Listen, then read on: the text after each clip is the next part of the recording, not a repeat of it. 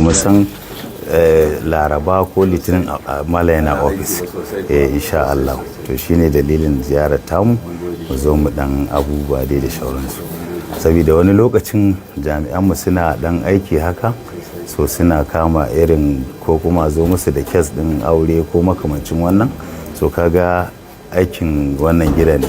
so za su kai kamar local government din Dalama haka to in sun kai sai ka ga wani lokacin ba su accepted din abu kesin ba sun tura su wani gurin daga nan kuma sai ka ga abun ya lalace to sai muka ce to bara mu zo state gaba daya mu yi collaborating mu faɗi manufofinmu da abubuwan da muke da ayyukan da muke da shauranmu tunda duk agencies gaba daya DSS office kwanaki ma mun je so SIB da shauransu duk muna tare mu kuma dama training din soja ne ta nan yaƙi ne kirkire mu gaskiya to saboda haka wannan ba sai an abin nan so saboda haka akwai dan jawabin sauran members namu manya da zan dan ba su dama su ma su dan yi bayani yawa ko mutum daya kamar mai girma Bauchi dan komanda na Kano State na civilian JTF kuma ni maharbi ne ubangidan duk wani malami yawa wanda aka ce za mu sha ruwa da gada ya da ikon Allah muna son mu sha ruwa da gada guda biyu ai insha Allah malam wannan daman aikin mu kenan wannan aikin mu ne to saboda haka mun zo mu kawo ziyarar ban girmama da kuma ƙara jajirta da duk irin abin da ya faru da kai wannan muna goyon baya kuma mun ji daɗi da aka yi haka kuma aka yi haka saboda haka Allah ya ƙara ma lafiya kuma wannan shine duk mutumin da aka taba shi ya ga abin da bai ji daɗi ba ya ce ya nuna fushinsa wannan abu Allah ubangiji ya biya ka Allah saka maka da alkhairi kuma muna tare da kai a matsayinmu na muni maharbi ne saboda haka kuma gashi na shigo civilian JTF daman mun shigo duk wannan kaki namu ya bambanta da dukkan wani kaki domin sa kai ne tun daga Borno ya fito sa kai ne dan kasa ne fidda kansa ya ce sai na yi aiki tukuru da raina da abin tun da ba zai yiwu a ce an hada da dan uwana da ni da dan uwana an kare mu gaba ɗaya ba in dan uwana mai laifi ne ba zan boye shi ba ko kanin ubana ne ko wan ubana ne ko to wannan abin jajircewa saboda haka duk mutum da ya fito yi wannan abu to tsoro babu saboda haka mu muna goyon baya muna tafiya tare da kai duk irin abin da ya kai ya kawo za mu ba da gudumawa insha Allah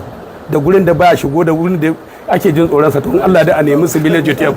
insha Allah ba dama maharba ne da mafarauta da yan tauri muke tare wannan shine mun zo mu ma ziyara ta ban girma Allah saka gama lafiya Allah saka gama lafiya Allah saka gama lahi minash shaitanir rajim bismillahir rahmanir rahim wassalatu wassalamu ala man jaa bil islam Muhammad bin Abdullah wa ala alihi wa sahbihi wa man wa'ala mai girma babban komanda na jihar Kano kuma malamin mutum mana mutsi dan ni yanzu ba zan iya faɗa littafai nawa na sauki a gaban malam ba karatu na majalisi ba za a zo a ce yau gani malam ya sanni ko wani abu ba amma alhamdulillah ko a wancan karo lokacin malam yana nan na dan zazzo na akalla sau biyu akan wasu hidindimu abu na farko na zo akan ina sha'awar in shiga hizba malam ya dan yi kokari a wancan lokacin ya ga cewa na samu har kuma Allah ta'ala ya sa na tafi karatu ban dawo ba kuma har aka dan juya to kuma yanzu gani a cikin kungiyar civilian JTF wanda kuma alhamdulillah duk inda malam yake karatu a yanzu ina ganin insha Allah ni dai ma na misin duba da abubuwan da muke amfana muna cikin wannan kungiya ta civilian JTF akar makalla aiki ne kamar yanda kuka koyar da mu wa ta'awunu alal birri wat taqwa wa la ta'awunu alal ithmi wal udwan cewa mu ba da gudunmawa wato ainihin mu tallafa don ɗabbaka aikin Allah sannan kuma kada mu ba da ƙarfin mu abun da za a samu na ƙasu ko a ciwo addinin musulunci zarafi da sauransu abu na biyu wannan ƙungiya ta sa kai ce ko kuma sabuwa ce a jihar Kano wanda na san ko malam zai ga wannan ita ce karo na farko da ya ga jami'anta a gabansa to alhamdulillah muna samun kyasa-kyasai waɗanda suke muna da tsarinmu shine duk laifin da muka kama to muna kai shi inda ya dace ne misali ba zan fito patrol sai in kama yarinya tana shaye-shaye ko wani abu sai in ce bari je in ba wa 'yan sanda ita, a'a ni ofishin hizba nake kaiwa. Na karamar hukumar ungwaggwa ne, mahaifiyata jami'ar hizba ce, sannan kuma ni ma da tsohon dan hizba ne irin na sa kai,